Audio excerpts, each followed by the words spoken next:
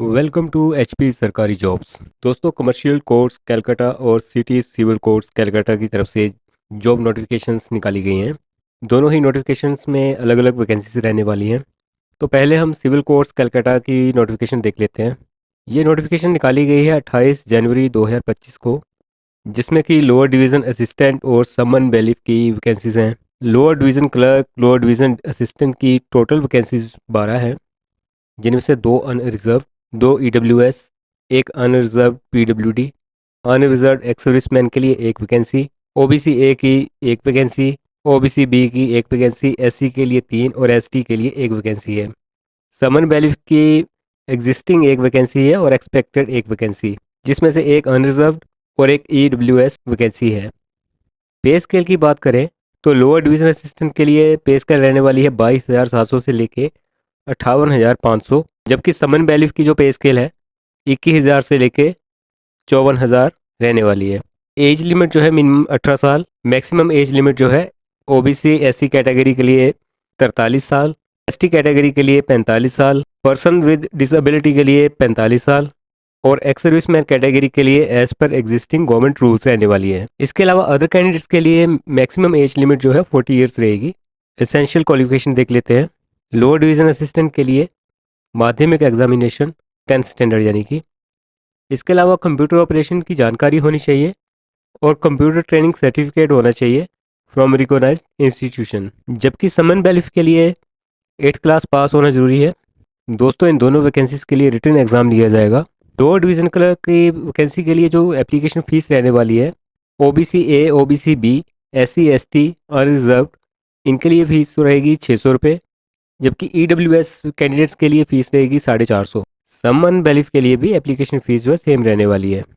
Application fees जो है वो ऑनलाइन ही पे की जाएगी बाय यूजिंग डेबिट कार्ड और क्रेडिट कार्ड और इंटरनेट बैंकिंग। दोस्तों, अप्लाई करने के लिए 16 फरवरी 2025 लास्ट डेट है। ऑनलाइन अप्लाई करने के लिए नोटिफिकेशन में दिए गए इस लिंक पे क्लिक करके आप अप्लाई कर सकते हैं। चलिए दोस्तों, अब दूसरी नोटिफिकेशन की बात करते हैं, जो कि कमर्शियल कोर्स कैलकाटा की तरफ से निकाली गई है। इन वैकेंसीज को अप्लाई करने की भी लास्ट डेट 16 फरवरी 2025 है। वैकेंसी डिटेल देख लेते हैं। पहली वैकेंसी है इंग्लिश स्टेनोग्राफर की, ग्रुप बी, जिसमें कि 2 वैकेंसीज हैं, एक एससी और एक अनरिजर्व्ड है। दूसरी वैकेंसी है एलडीसी लोअर डिवीजन असिस्टेंट, जिसमें कि टोटल 4 वैकेंसीज हैं, एक एससी, एक अनरिजर्व, एक ईडब्ल्यूएस और एक एसटी के लिए। तीसरी वैकेंसी जो है data entry operator group C की है, जिसमें टोटल 4 वैकेंसीज हैं, एससी एक, अनरिजर्व्ड एक, ईडब्ल्यूएस एक, एसटी एक। ग्रुप डी की टोटल 4 वैकेंसीज हैं, जिसमें से एससी एक, अनरिजर्व्ड एक, ईडब्ल्यूएस एक, एसटी एक। दोस्तों, इसमें पे स्केल रहने वाला है। इंग्लिश स्टेनोग्राफर का पे स्केल 32,100 से 82,900। लोअर डिवीजन असिस्टेंट का पे स्केल है 22,700 से 58,500। डाटा एंट्री ऑपरेटर का है 22,700 से 58,500। ग्रुप डी का पे स्केल 17,000 से 43,600। स्टेनोग्राफर के लिए जो एज लिमिट रहने वाली है 35 साल, एससी और अदर बैकवर्ड क्लासेस कैंडिडेट के लिए 37 साल एज रहने वाली है, एसटी कैंडिडेट्स के लिए, बाकी सभी कैंडिडेट्स के लिए 32 साल एज लिमिट है।